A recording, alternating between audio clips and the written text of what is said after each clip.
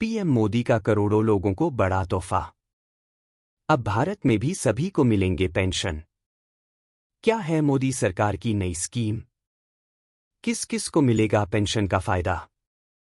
तो चलिए आपको बताते हैं मोदी सरकार की नई स्कीम के बारे में, जिससे करोड़ों लोगों को लाभ मिलने वाला है।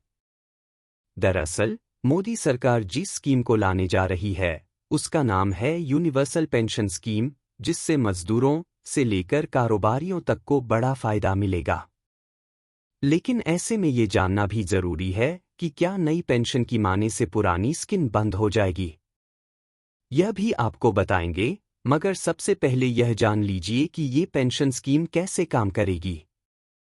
दरअसल यूएनएफपीए की रिपोर्ट के मुताबिक साल 2036 तक भारत के बुजुर्ग आबादी यानी 60 साल से ज्यादा उम्र के लोगों की संख्या 2 अरब 27 करोड़ तक पहुंच जाएगी, जो कुल आबादी का 15% है। साल 2050 तक ये आंकड़ा बढ़कर 34 अरब 7 करोड़ हो सकता है।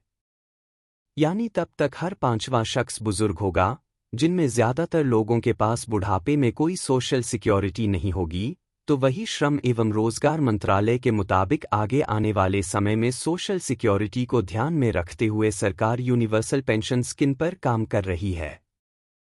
जानकारी के मुताबिक ईपीएफओ को इसका ड्राफ्ट बनाने का जिम्मा सौंपा गया है। अब जानते हैं कि यूनिवर्सल पेंशन स्कीम में किन किन लोगों को फायदा मिलेगा। रिपोर्ट्स के मुताबिक 18 साल के ज्यादा उम्र का कोई भी व्यक्ति जो 60 साल बाद पेंशन पाना चाहता है, वो इस स्कीम का फायदा उठा सकेगा। चलिए वो आपको ये भी बता देते हैं कि यूनिवर्सल पेंशन स्कीम का फोकस किन किन लोगों पर होगा। बता दें कि इस स्कीम का फोकस नौकरी पेशा लोगों के साथ साथ इन 3 चैप्टर पर खास रहेगा। पहला, अनथराइज्ड सेक्टर, सड़क पर सामान बेचने वाले, मरम्मत करने वाले, खेतीहर मजदूर और कम संसाधन वाले कारोबारी शामिल है। दूसरा, ट्रेडर्स, ऐसे लोग जो कपड़े, सामान, फाइनेंशियल प्रोडक्ट्स, सोना, अनाज, शेयर मार्केट में बॉन्ड या स्टॉक जैसी चीजें बेचकर पैसे कमाते हैं। तीसरा, सेल्फ एम्प्लॉयड, ऐसे लोग जो छोटा कारोबार कर कर पैसे कमाते हैं। इनमें दुकानदार, छोटे व्यापारी, टेंट क्रिएटर्स और लेखक जैसे लोग शामिल हैं। अब चलिए जानते हैं कि इस पेंशन स्कीम में सभी लोगों को क्या क्या मिलेगा। तो बता दें कि फिलहाल स्कीम के प्रपोजल डॉक्यूमेंट पर काम चल रहा है, इसलिए आधिकारिक तौर पर कुछ भी सामने नहीं आया है।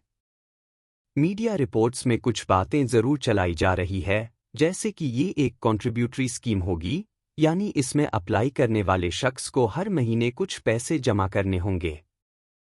सरकार भी इसमें कुछ योगदान देगी। 60 साल की उम्र के बाद व्यक्ति का कुल कंट्रीब्यूशन सरकार का अंशदान और उस पर मिले रिटर्न के आधार पर पेंशन की रकम तय होगी। इसमें पहले से चल रही अटल पेंशन जैसे योजनाओं को भी शामिल कर लिया जाएगा ताकि सरकारी फंड का बेहतर इस्तेमाल हो सके। बहरहाल, भारत में यूनिवर्सल पेंशन स्कीम का मॉडल क्या होगा, ये तो घोषणा के बाद ही पता चलेगा।